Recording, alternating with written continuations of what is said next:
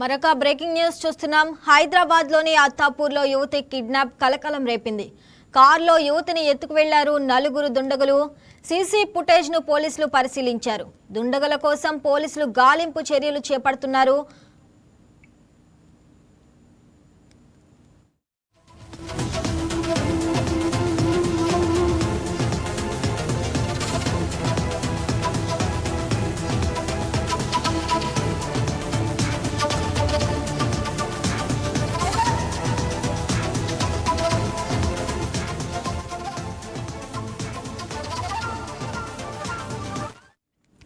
హైదరాబాద్ లోని అత్తాపూర్లో జరిగింది ఈ ఘటన. అత్తాపూర్లో ఒక యువతిని కిడ్నాప్ చేశారు.